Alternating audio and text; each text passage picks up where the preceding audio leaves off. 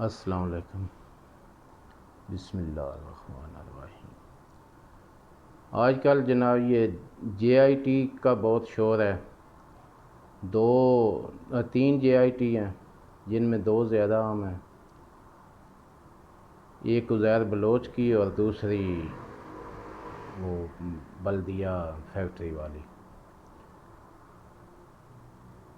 حالانکہ ان دونوں جے I T میں ایسی کوئی بات نہیں جس کا پہلے بچے کو پتہ نہ ہو۔ سب لوگ جانتے ہیں ان کی اصلیت کو، ان کی حقیقت کو۔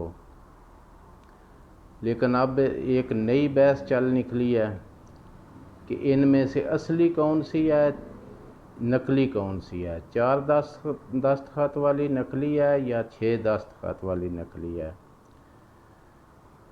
تو یہ عجیب بات تو یہ ہے کہ اصلی ہے یا نقلی ہے، حقیقت تو سب کے سامنے ہے، لیکن ابھی تک کسی ادارے کی طرف سے، کسی ذمہ دار افسران کی طرف سے کوئی ایسا بیان، کوئی ایسی کارروائی سامنے نہیں آئی کہ جس میں کوئی کارروائی ہوتی نظر آئے، یا کسی نے کوئی عندیہ ہی دیا ہو کہ اس کے خلاف یہ کارروائی ہوگی۔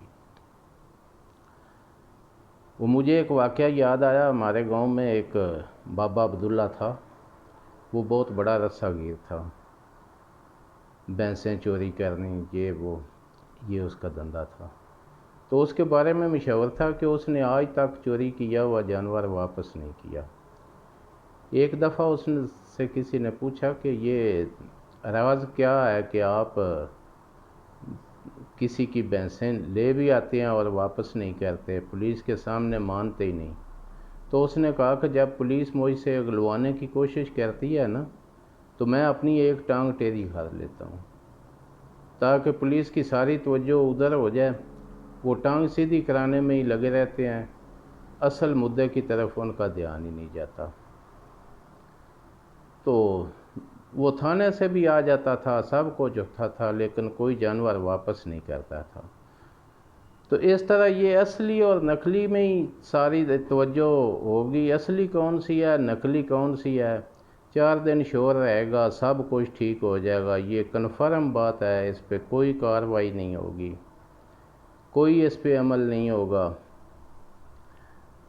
لیکن یہ انتہا کا ظلم ہے کہ 200 آدمی قتل، وہ بھی جن کی جائیدادیں بھی چھین لینی اور بندے کو قتل بھی کر دینا۔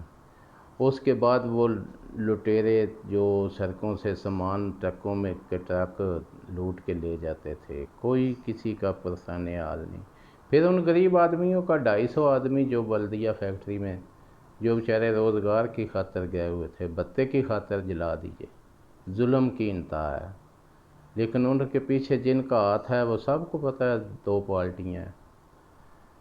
کون اثر و رسوخ کی انتہا ہے کہ ایک اتنے قتل کر کے تو اس کو پیس کے ایوارڈ بھی دیے جا رہے ہیں۔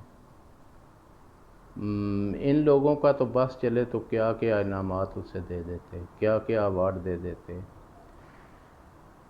لیکن وہ اپنی مرضی سے پولیس کے افسران بھی لگواتا ہے اپنے حلقے میں، اپنے علاقے میں، اور دوسرے افسران بھی، حتیٰ کہ سیاسی آدمی بھی اس کی مرضی کے ٹکٹ دیے جا رہے ہیں۔ انتہا ہے۔ دوسری طرف دیکھیں تو غریب آدمی جو اپنا روزگار کمانے کے لیے گئے، ان کو کس بے دردی سے جلا کر قتل کر دیا گیا۔ انسانیت کا اتنا ظلم انسانیت پہ، یہ برداشت سے باہر ہے، لیکن کچھ نہ بنا نہ کچھ بنے گا۔ بس انہی باتوں میں اصلی کون ہے، نقلی کون ہے۔ تو یہ بات صرف ان دو پارٹیوں تک محدود نہیں۔ پنجاب میں بھی دیکھیں تو ہمارے جتنے سیاسی خاندان ہیں، سب کا یہی کام ہے۔